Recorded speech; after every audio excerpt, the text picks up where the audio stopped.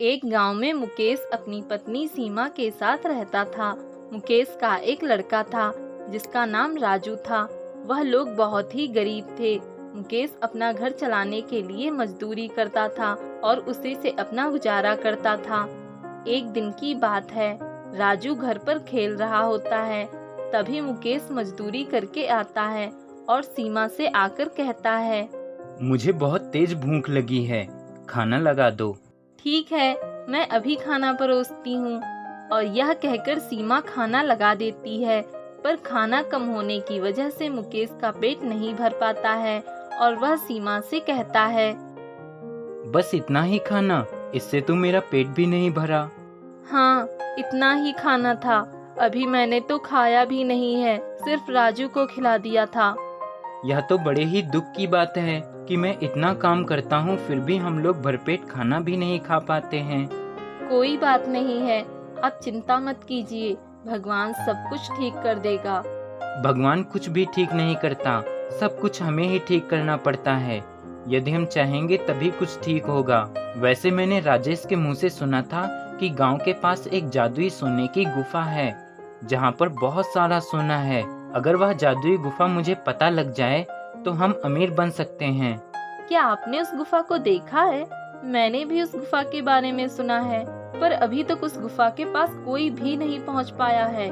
हाँ, मुझे पता है कि उस सोने की गुफा के पास अभी तक कोई नहीं पहुंच पाया है, पर फिर भी मैं उस गुफा को ढूंढने की कोशिश करूंगा, क्योंकि यदि उस सोने की गुफा को मैंने ढूंढ लिया तो हम लोग अमीर हो जाएंगे और हमारी गरीबी भी दूर हो जाएगी।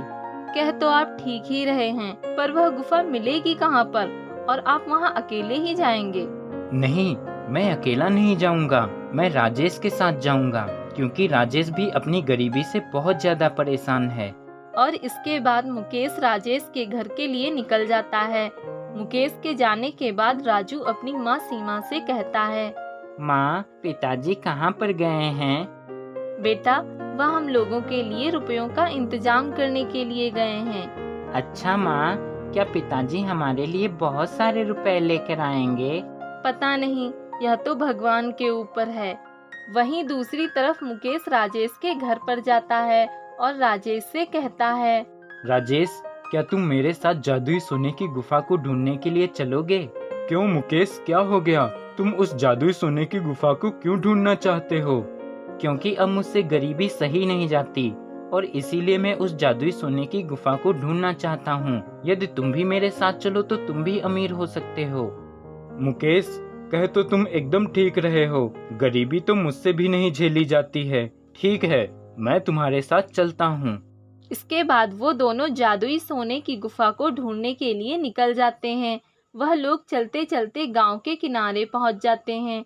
गांव के किनारे पहुंचने पर मुकेश राजेश से कहता है, सोने की गुफा यहीं आसपास होनी चाहिए, क्योंकि हम लोग अब गांव के किनारे आ गए हैं, तो गुफा भी यहीं कहीं होनी चाहिए। हाँ मुकेश, तुम एकदम ठीक कह रहे हो, सोने की गुफा यहीं आसपास ही होनी चाहिए, पर गुफा तो कहीं दिखाई नहीं दे रही है। हाँ राजेश, तुमने सही कहा, पर सोने की गुफा हमें दिखाई क्यों नहीं दे रही है? हम लोग ऐसा करते हैं कि कुछ आगे चलकर देखते हैं। इसके बाद वो दोनों आगे चले जाते हैं। गांव से काफी दूर आने पर भी उन लोगों को कोई सोने की गुफा नहीं दिखाई देती है और वह दोनों थककर एक पेड़ के नीचे खड़े हो जाते हैं और मुकेश गुस्से से कहता है, हम लोगों ने इतनी कोशिश कर ली, पर फिर भी हमें कहीं भी वो सोने की गुफा दिखाई नहीं दे रही है। क्या मैं इसी तरह गरीब रहूंगा और क्या मेरे बच्चे कभी भी अमीर नहीं होंगे? तुम ऐसा क्यों कह रहे हो? तुम हिम्मत मत हारो, हम लोग फिर से सोने की गुफा ढूंढेंगे। हम लोग कब से सोने की गुफा को ढूंढ रहे हैं, पर अभी तक वह सोने की गुफा हमें नहीं मिली है। और यह कहकर मुकेश जिस पेड़ के नीचे खड़ा होता है उसी पेड़ में अपना हाथ मार देता है, जिससे सामने एक गुफा प्रकट हो जाती है। यह देखकर वह दोनों काफी ज्यादा हैरान हो जाते हैं, क्योंकि वह सोने की गुफा पेड़ से छिपी हुई थी। हमें इस सोने की गुफा के अंदर जाना चाहिए और देखना चाहिए कि इस सोने की गुफा में क्या है। हाँ, तुम सही कह रहे हो, हमें इसके अंदर चलकर देखना चाहिए। इसके बाद वो दोनों सोने की गुफा के अंदर चले जाते हैं। गुफा के अंदर जाने के बाद वह लोग बहुत ज्यादा हैरान हो जाते हैं क्योंकि पूरी गुफा सोने से भरी होती है। यह देखकर मुकेश बहुत ज्यादा खुश हो जाता है और अपने आप से कहता है, अरे वाह, इतना सारा सोना! अब मैं भी अमीर बन जाऊंगा। अब मेरे बीवी बच्चे भी अच्छी जिंदगी जिएंगे। राजेश, अब तुम्हारी भी गरीबी के दिन गए। मुकेश और राजेश दोनों एक एक थैली सोना लेकर अपने अपने घर चले जाते हैं। मुकेश अपनी पत्नी को सारी बात बताता है और सोने की थैली में सोना दिखाता है और वह सभी बहुत खुश होते हैं। उधर राजेश की पत्नी राजेश से कहती है, मैं बहुत खुश हूँ कि आप लोगों की मेहनत सफल हुई और आप दोनों को वो जादुई सोने की गुफा मिल गई।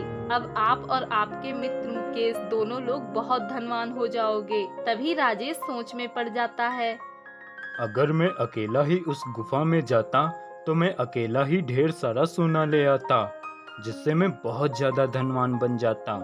राजेश रात भर सोने के बारे में सोचता रहता है और सुबह जल्दी से जाकर मुकेश के घर से सोने की थैली चुराकर अपने घर की ओर जाने लगता है।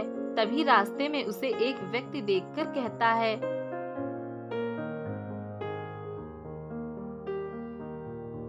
ये राजेश इतनी सुबह सुबह थैले में क्या लेकर जा रहा है? जरूर इसमें कोई कीमती सामान है। अब तो इसे चुराना ही पड़ेगा। वैसे भी काफी दिनों से कोई लंबा हाथ नहीं मारा है। अगले दिन वही चोर रात को राजेश के घर से सोने की थैली चुराकर भाग जाता है और एक पेड़ के नीचे आराम करने लगता है। तभी वहाँ एक कौवा आकर वह थैली अपने मुंह में दबाकर उड़ा ले जाता है और एक घर के पास पेड़ पर बैठ जाता है। कौवे के मुंह में थैली देखकर उस पे एक कुत्ता भौंकने लगता है और कौवे के मुंह से वह थैली छूटकर नीचे गिर जाती है और कौवा उड़ जाता है।